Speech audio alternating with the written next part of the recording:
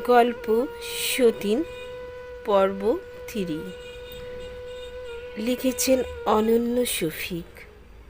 পরদিন সকালবেলা আমার শাশুড়ি মায়ের আসার কথা ছিল। বিকেল হয়ে সন্ধ্যা হয়ে এলেও তিনি আসেননি। আমি ফোন করলে তিনি রিসিভ করলেন না। আমার ননদ রিসিভ করলো। আমি তাকে বললাম, আপা, মা আসেননি কেন? তাছাড়া আপনিও তো সব শুনেছেন, কিভাবে বসে রইলেন আপনারা এত কিছুর পরও? আপা বলল, মা হসপিটালে ভর্তি। এসব শোনার পর তার হার্টের সমস্যা বেড়েছে।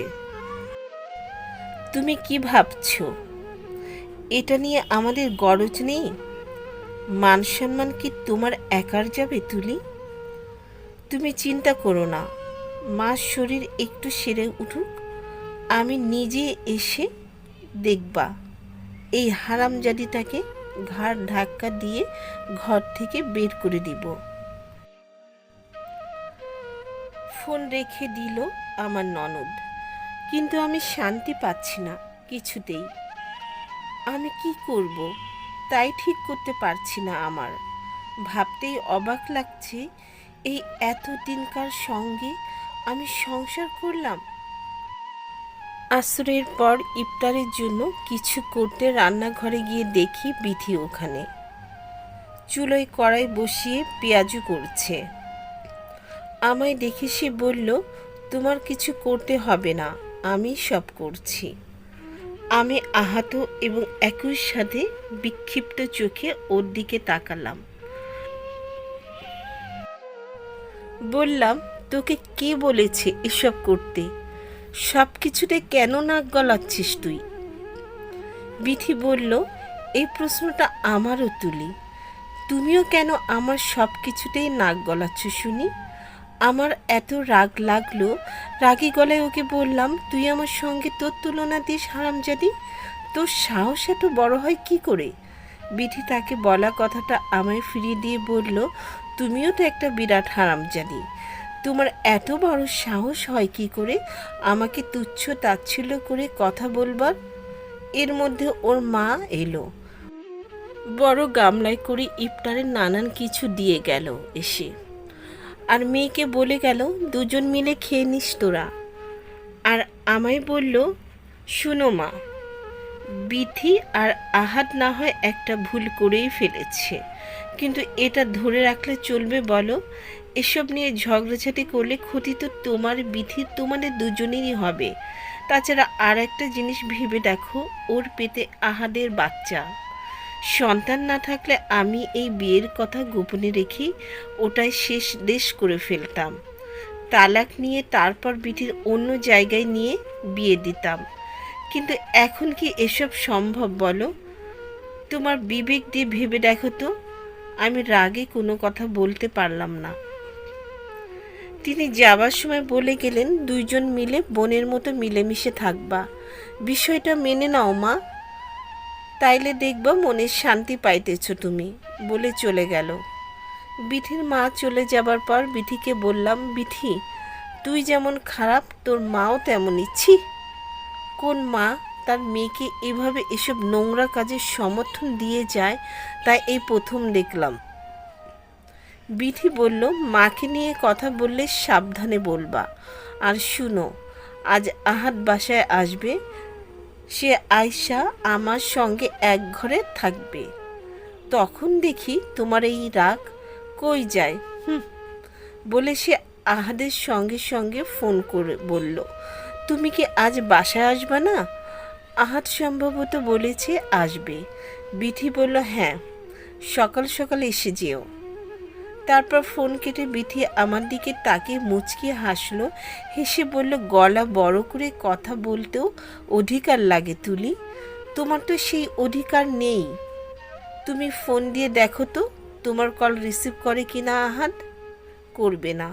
তুমি বললেও সে বাসায় আসবে না। তোমার উপর তার টান নেই, মায়া কিংবা ভালোবাসা এসবের কিছুই নেই। আমার প্রতি সব আছে। আছে বলেই আমার কথাই সব করে সে। বসতে বললে বসে, উঠতে বললে উঠে। সে চিন্তা ভাবনা করে এখন থেকে আওয়াজ বড় করবা। আমি কোনো কথাই বলতে পারলাম না। বিথির কথা ভুল না, সে ঠিকই বলেছে। এই যে আমি গলা বড় করে তার সঙ্গে কথা বলছি, এই যে আমি নিজের ঘরে ঘরে করছি, ঘর আসলে কি? একটা ছাদ, চারটে দেওয়াল আর একটা দরজা। না, ঘর তো এরকম কিছু না। ঘর হয় মানুষ দিয়ে, মানুষের ছায়া মায়া দিয়ে।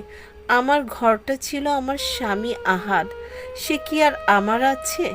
আমার থাকলে তো সে আমার কথাই বলতো, আমার গানই গাইতো।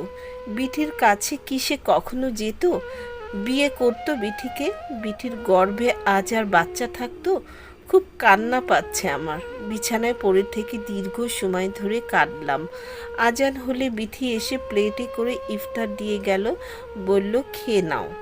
আমি ওদিকে ফিরেও তাকাইনি, উঠে শুধু এক গ্লাস পানি খেলাম। তারপর আবার শুয়ে পড়লাম। বুকের ভিতর খুব যন্ত্রণা হচ্ছে, খুব কষ্ট হচ্ছে। বাবার সঙ্গে কথা বলতে ইচ্ছা করছে। বাবাকে ফোন করলাম। বাবা আমার কণ্ঠ শুনে আটকে ওঠা গলায় বলল, কি হয়েছে তুলি? তোর গলা এমন শোনাচ্ছে কেন রে মা? আমি মিথ্যে বললাম। বললাম, বাবা আমার সর্দি লেগেছে, গলা ভেঙে গেছে। বাবা বললেন, ওষুধ খা। ওষুধ খাটো? আহাত কোথায় রে? কেমন আছে ও?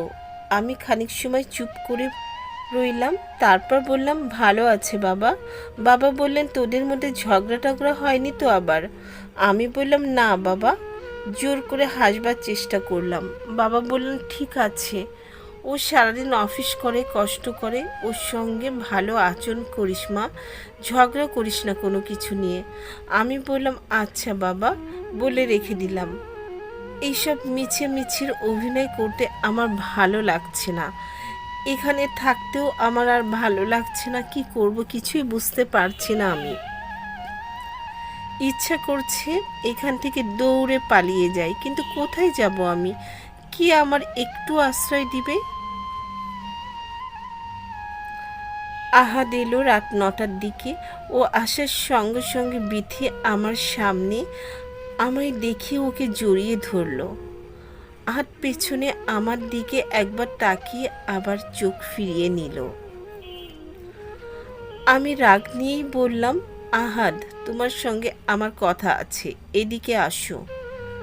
বিথি ওকে টেনে নিয়ে যেতে যেতে বলল, এখন কোনো কথা নেই, কাল দিনের বেলা কিছু বলার থাকলে বলবা। তাছাড়া কিছু বলতে হলে আমার সামনে বলতে হবে, আড়ালে গিয়ে কিছু বলতে হলে আমি দিব না। আহাদ কিছুই বলল না। বিথি যা বলেছে তাই সই। রাতে ওরা খেতে বসলো। আমি রান্না করিনি। রান্না করার মতো অবস্থা আমার নেই। তাছাড়া খাওয়ার মতো পরিস্থিতিতে আমি নেই।